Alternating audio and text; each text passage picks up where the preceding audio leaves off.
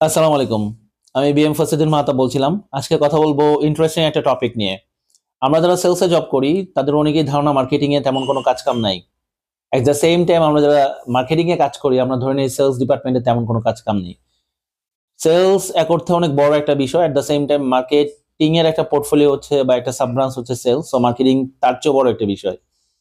Marketing পুরোপুরি বিষয়টা যদি আমি আপনাদের এক লাইনে বোঝাতে চাই যে সেলস এন্ড মার্কেটিংটা কি। মার্কেটিং এর কাজ হচ্ছে ডিমান্ডকে জেনারেট করা। আর সেলস এর কাজ হচ্ছে ওই জেনারেটেড ডিমান্ডটাকে মিট করা। বিজনেসের দুটার ভূমিকায় অনবদ্য, এখানে কনফ্লিক্টিং কোনো বিষয় না, বাট দুইটা মানে সেপারেটলি আলাদা। বিশেষ করে যারা বড় বড় বাজেট নিয়ে বা বড় বড় ভলিউম নিয়ে বা বড় ধরনের মার্কেটিং অ্যাক্টিভিটি নিয়ে কাজ করেন, বা এই ধরনের ইন্ডাস্ট্রিতে যাদের এক্সপিরিয়েন্স এবং এক্সপার্টাইজ আছেন তারা অলরেডি বিষয়টা জানেন। আর যেখানে মার্কেটিং অ্যাক্টিভিটি কম্পারেটিভলি কম সেখানে অ্যাকচুয়ালি সেলস মার্কেটিং সবগুলোই অলমোস্ট একটা সিঙ্গেল ডিপার্টমেন্ট বা একটা সিঙ্গেল বাস্কেটের ব্যানারে রান হয়। তো আমি কথা বলবো অ্যাকচুয়ালি যেখানে differentiate, actually marketing is all over the demand management. কারণ আপনি যদি ডিমান্ডটাকে ক্রিয়েট করতে না পারেন, আলটিমেটলি সেলস কিন্তু ওই মানে নন ক্রিয়েটেড কোনো ডিমান্ডকে মিট করার মতো কোনো অপরচুনিটি সেলস এর নেই। বাট বাংলাদেশের বেশিরভাগ লোকাল কোম্পানি মার্কেটিং অনেক অ্যাক্টিভিটি সেলস এর মাধ্যমে করায়। যেমন আপনার আউটডোর এঙ্গেজমেন্ট অথবা ডাইরেক্ট টার্গেট গ্রুপ পেনিট্রেশন বা টার্গেট যে ট্রেড এটাকে পেনিট্রেশন করার ক্ষেত্রেও সেলস এর পিপলকে ওয়াইডলি ইউজ করে। মেবি তাদের লো বাজেটের জন্য, বাট অ্যাকচুয়ালি এটা বড় কোনো কোম্পানি বা এমএনসি গুলোতে হওয়ার প্রশ্নই ওঠে না।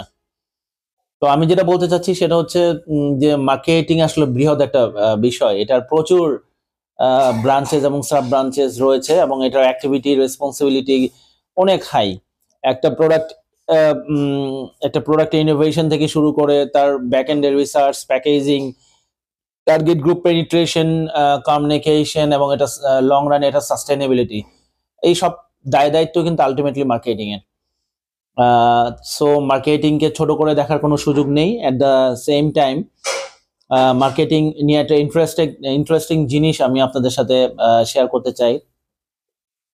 সেটি হচ্ছে যে মার্কেট এবং মার্কেটিং, মার্কেটেই তো মার্কেটিং হয়, তাই না? তো মার্কেট এন্ড মার্কেটিং বাংলাদেশের বেশিরভাগ লোকাল কোম্পানিগুলো এক্সপেন্ডিচার হিসেবে কনসিডার করে।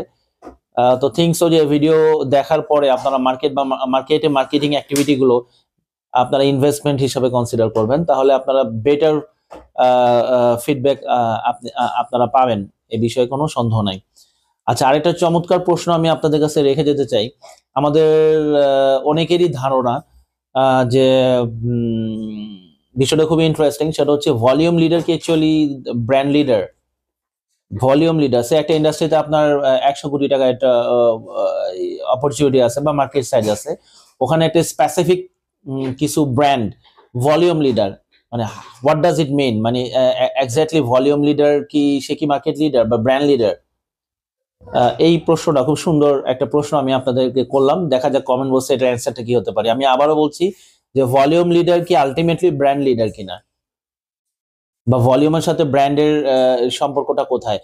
একটা প্রপোর্শনাল রিলেশন অবশ্যই আছে, তবে সেটা কি আলটিমেটলি যে ভলিউম লিডার সে কি আলটিমেট ব্র্যান্ড লিডার কিনা? ধন্যবাদ সবাইকে। অন্য কেন একদিন কথা হবে অন্য কোনো বিষয় নিয়ে। আসসালামু আলাইকুম।